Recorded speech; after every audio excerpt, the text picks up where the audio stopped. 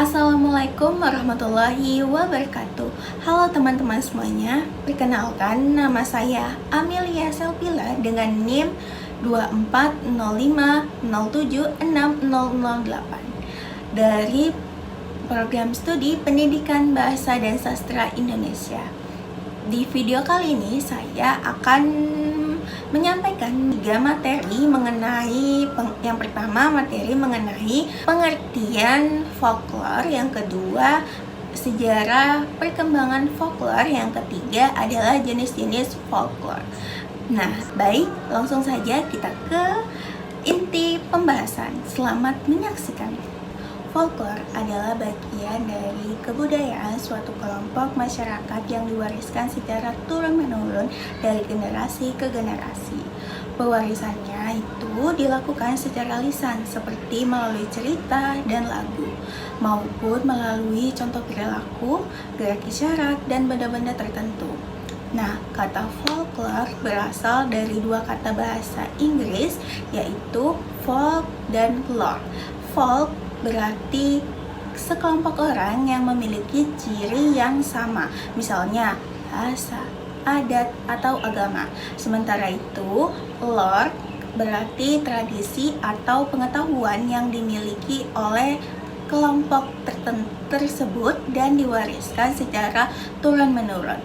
Nah, ciri utama dari folklore adalah penciptanya tidak diketahui, dimiliki bersama oleh masyarakat, dan memiliki banyak versi.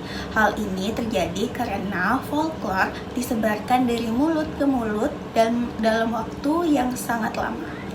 Selanjutnya, sejarah perkembangan folklore di Indonesia. Sejarah folklore dapat dibagi ke dalam 2 fase utama. Pertama, folklore sebagai tradisi lisan dalam kehidupan masyarakat. Kedua, folklore sebagai objek kajian akademik atau ilmu pengetahuan. Seiring perkembangan zaman, folklore juga mendapat perhatian dalam upaya pelestarian dan perlindungan. Pada masa praaksara, ketika masyarakat belum mengenal tulisan, folklore menjadi sarana utama untuk mewariskan nilai, norma, dan pengetahuan budaya. Tradisi ini dikenal dengan istilah getok tular, yaitu penyampaian cerita dan kebiasaan secara lisan dari satu generasi ke generasi berikutnya. Pada masa ini, folklore berfungsi sebagai identitas kelompok, sarana pendidikan moral, serta cara masyarakat memahami dan menjelaskan fenomena alam melalui mitos dan legenda. Selanjutnya, folklore mulai berkembang sebagai ilmu pengetahuan atau folkloristik.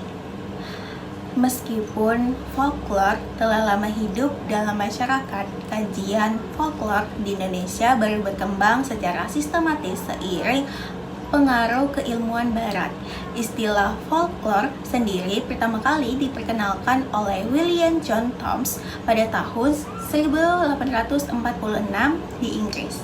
Nah, di Indonesia, tokoh penting dalam perkembangan studi folklore adalah James Dananjaja, yang dikenal sebagai Bapak Folklore Indonesia. Melalui bukunya Folklore Indonesia, seperti ilmu gosip, dongeng, dan lain-lain, ia meletakkan dasar penelitian folklore dengan menggabungkan dengan pendekatan antropologi dan sastra. Kajian folklore pun mencakup seluruh lapisan masyarakat, baik di desa maupun di kota. Selanjutnya, jenis-jenis folklore. Berdasarkan bentuknya, folklore dibagi menjadi 3 jenis. Pertama, folklore lisan, yaitu folklore yang sepenuhnya berbentuk kata-kata seperti peribahasa, pantun, dongeng, mitos, legenda, dan lagu daerah. Kedua, folklore sebagian lisan, yaitu folklore yang menggabungkan tuturan dengan tindakan atau gerakan seperti kepercayaan rakyat, permainan tradisional, tarian, pertunjukan rakyat, dan upacara adat. Ketiga, folklore bukan lisan, yaitu yaitu folklore yang berwujud benda dari hasil karya masyarakat seperti rumah adat, kerajinan tangan, pakaian adat, makanan tradisional, dan obat-obatan tradisional. Di era modern, folklore tidak hanya dipelajari secara akademik, tetapi juga dilindungi dan dilestarikan. Folklore dipandang sebagai warisan budaya bersama milik masyarakat yang perlu dijaga agar tidak hilang atau disalahgunakan. Melalui Undang-Undang Nomor 5 Tahun 2017 tentang Pemajuan Kebudayaan, pemerintah berperan dalam melindungi, mendokumentasikan, dan mengembangkan folklore. Selain itu, folklore juga dimanfaatkan dalam dunia pendidikan sebagai pembentukan karakter dan penguatan identitas budaya bangsa. Baik teman-teman, itulah 3 materi mengenai pengertian folklore, sejarah perkembangan folklore di Indonesia, dan jenis-jenis folklore. Itu saja yang bisa saya sampaikan pada video kali ini. Mohon maaf apabila ada salah pengucapan, dan saya akhiri. Wassalamualaikum warahmatullahi wabarakatuh. Sampai jumpa di video selanjutnya.